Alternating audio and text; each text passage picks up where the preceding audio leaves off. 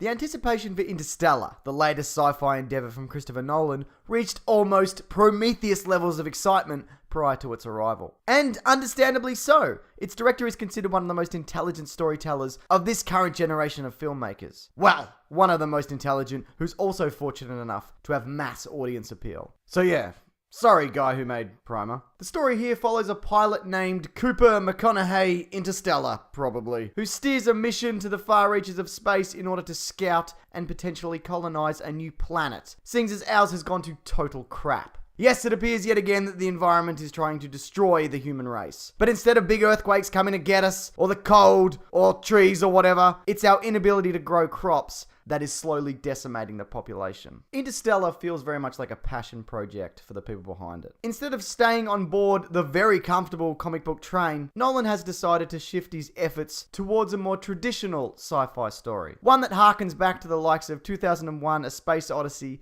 and The Right Stuff. And the result is impressive, but not perfect. One of Interstellar's strengths lies in the performances of its actors, all of which whom bring their A-game. McConaughey, Jessica Chastain, little Jessica Chastain, Anne Hathaway and her bowl cut, and whoever voices this walking Tetris block. It all though comes back to the strained relationship between McConaughey and his daughter that manages to tie everything together. If as an audience member you are not sold on this father-daughter duo, then this whole thing falls apart. Luckily though, for me at least, it absolutely works. One of the other elements to be admired here are the special effects. In particular, the practicality behind them. To get an idea of what I'm referring to, the crew here didn't simply build a spacecraft and then plonk it in front of a green screen. Outer space was actually digitally rendered and then projected onto a surface in order to give the performers something to act off when they're looking through the cabin windows. It's little touches like this that extend to extensive model work, real locations, and actual dust being blasted into people's faces as opposed to CGI dust that draws you into the world. A world that cuts between a dying and gritty planet Earth and a clean-cut 1970s sci-fi setting. It's a striking contrast and it works. As does the soundtrack by Hans Zimmer, especially if you like organ music, because there's a lot of that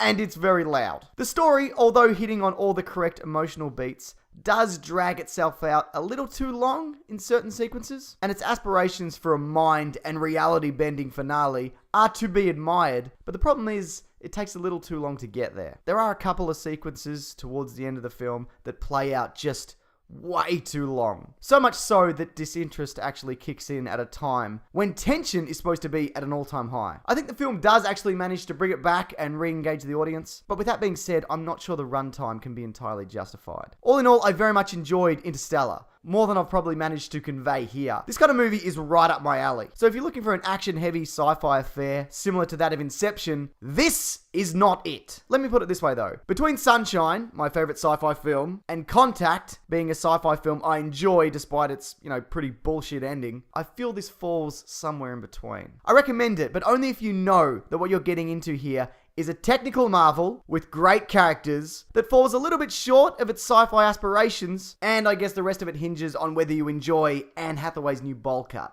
I do. You look great, Hathaway. Keep it up. That's about it, everyone. And thank you to those who voted for me on Watch Mojo's top 10 YouTube critics. That was really awesome, and I got number 10. Worst of the top 10. This guy.